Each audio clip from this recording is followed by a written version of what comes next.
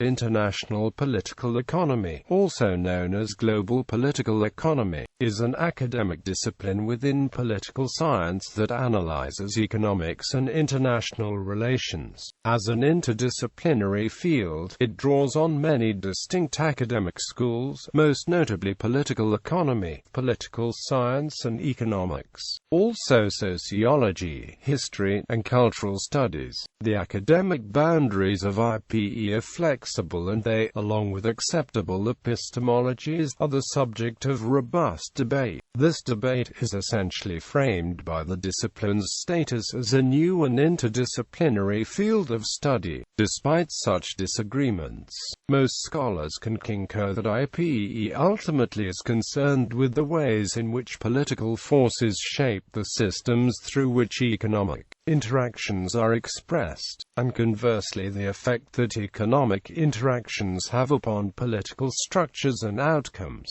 IPE scholars are at the center of the debate and research surrounding globalization, both in the popular and academic spheres. Other topics that command substantial attention among IPE scholars are international trade, international development, international finance, global markets, political risk, multi-state cooperation in solving transborder economic problems, and the structural balance of power between and among states and institutions. Unlike the broader field international relations, power is understood to be both economic and political, which are interrelated in a complex manner. Origin. It has been predominantly considered by authors such as Benjamin Cohen that IPE emerged as a heterodox approach to international studies during the 1970s as the 1973 world oil crisis and the breakdown of the Bretton Woods system alerted academics,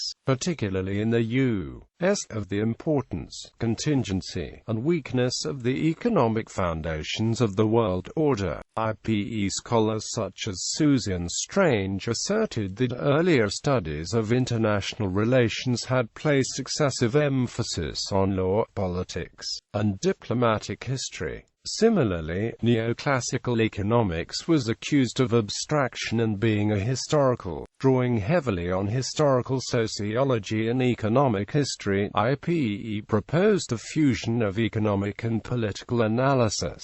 In this sense, both Marxist and liberal IPE scholars protested against the reliance of Western social science on the territorial state as a unit of analysis, and stressed the international system. Traditional approaches, academic courses, journals, and textbooks generally cover the various viewpoints from which policy recommendations originate and will endeavor to provide an ideologically neutral presentation of the field of study, following a precedent set by one of the founding textbooks of the discipline. Individuals and organizations engaged in promoting particular policies, as well as many scholars active in this field, are commonly grouped into one of three world's views, all of which have existed long before IPE emerged as a distinct academic discipline. These categories are liberal, realist, and Marxist.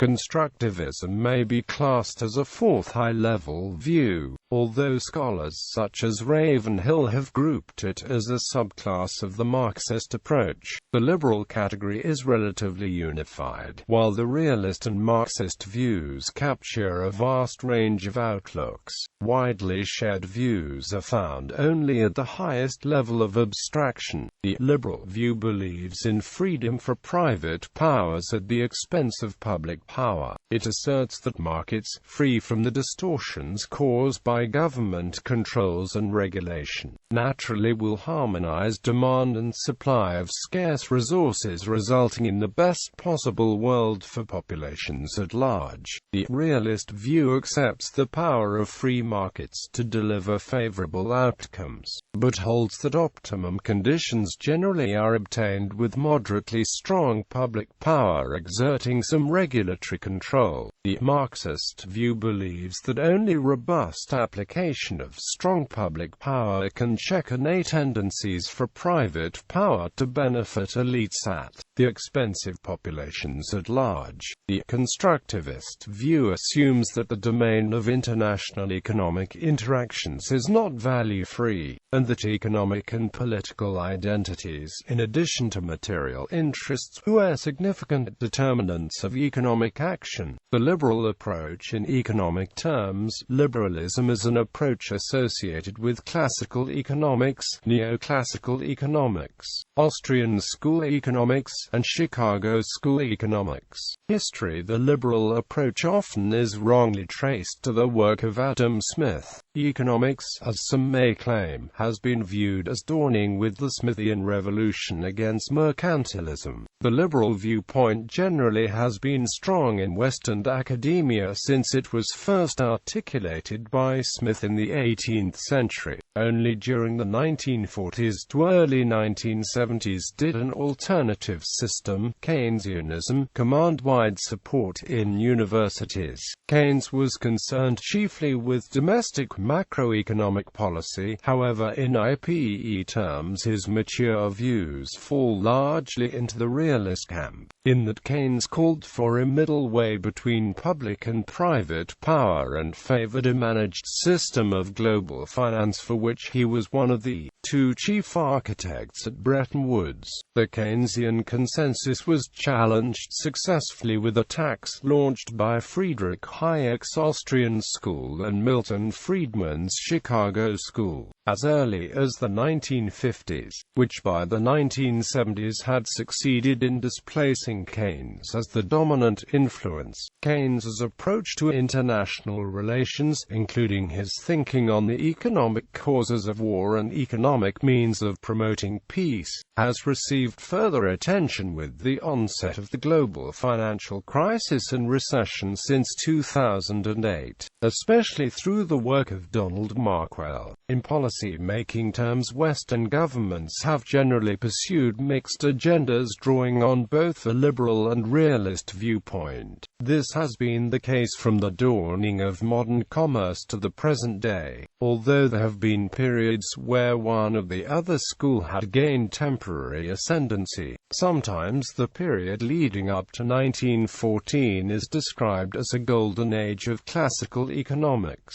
but in practice governments continued to be partially influenced by mercantilist ideology, and following WW1 economic freedom was constricted. After World War II, the Bretton Woods system was established, reflecting the political orientation described as embedded liberalism. This has been described as a compromise between the realist and liberal viewpoints, in that it allowed governments to manage international finance, while still allowing considerable freedom of action for private commerce. In 1971, President Richard Nixon began the rolling back of the Bretton Woods system, and until 2008 the trend has been for increasing liberalization of international trade and finance. Domestically, the Atlantic nations since the 1970s and large Asian states such as China and India since the 1990s also have largely pursued a mixture of realist and liberal policies,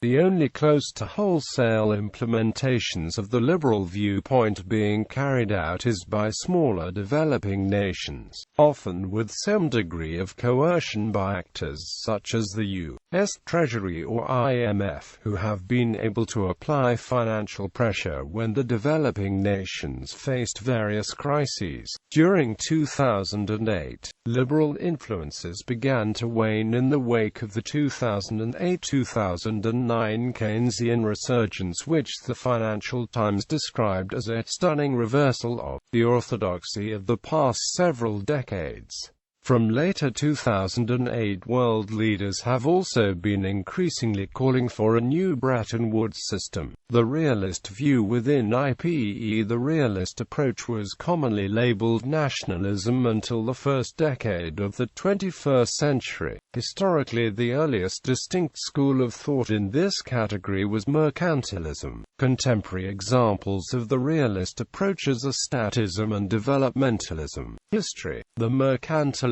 view largely characterized policies pursued by state actors from the emergence of the modern economy in the 15th century up to the mid-20th century. Sovereign states would compete with each other to accumulate bullion either by achieving trade surpluses or by conquest. This wealth could then be used to finance investment in infrastructure and to enhance military capability. The contemporary realist view generally agrees with liberals in viewing international trade as a win-win phenomenon where firms should be allowed to collaborate or compete depending on market forces. The chief point of contention with liberals is that realists assert national interests can be served best by protecting new industries from foreign competition with high tariffs until they've built up the capability to compete on the world market. One of the earliest formal expressions of this view was found in Alexander Hamilton's report on manufacturers, which he wrote for the U.S. government in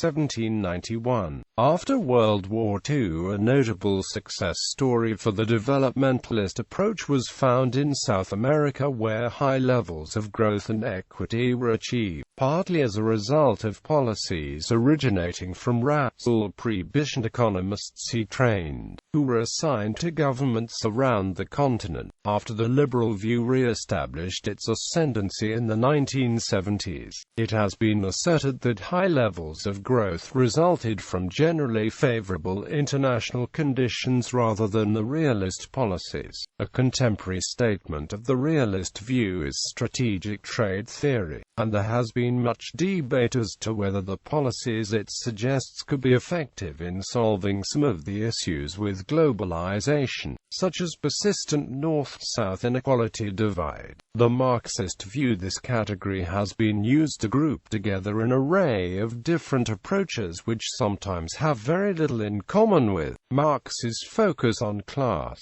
but which all believe in a strong role for public power. Labels for approaches within this category include feminist, radical, structuralist, critical, underdevelopment, and world systems. Broadly, the Marxist approach is associated with heterodox economics history. Marx's Das Kapital was published in 1867, and an economic system based on his ideas was implemented after the Russian Revolution of 1917.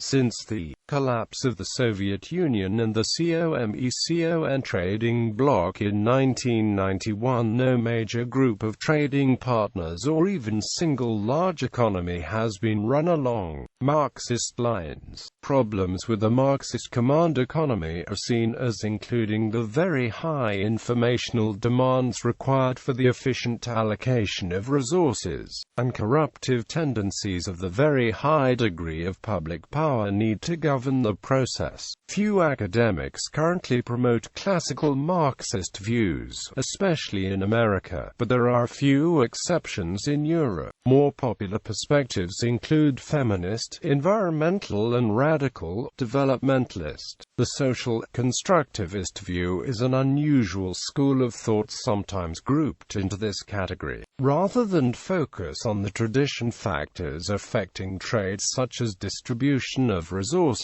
technology, and infrastructure, it emphasizes the role of dialogue and debate in determining future developments in international trade and globalization. Criticisms of the traditional divide into the liberal, nationalist, and Marxist views. Critics have asserted there is now too much variation in the different viewpoints grouped into each category, especially those under the nationalist and Marxist headings.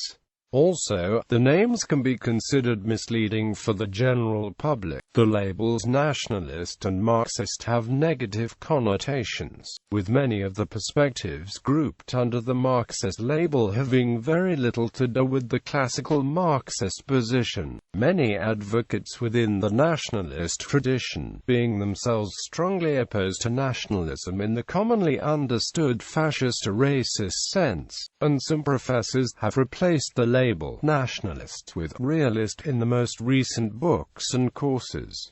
The constructivist view. Constructivism is an emerging field in international political economy. In general, the constructivist view propounds that material interests, which are central to liberal, realist, and Marxist views, are not sufficient to explain patterns of economic interactions or policies, and that economic and political identities are significant determinants of economic action.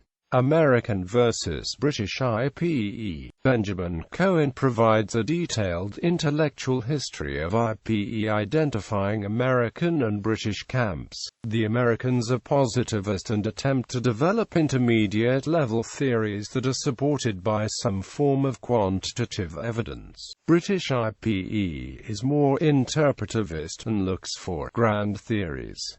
They use very different standards of empirical work. Cohen sees benefits in both approaches. A special edition of New Political Economy has been issued on the British School of IPE and a special edition of the Review of International Political Economy on American IPE. One forum for this was the 2008 Warwick-Ripe debate, American versus British IPE, where Cohen, Mark Blyth, Richard Higgett, and Matthew Watson followed up the recent exchange in Ripe. Higgett and Watson in particular queried the appropriateness of Cohen's categories.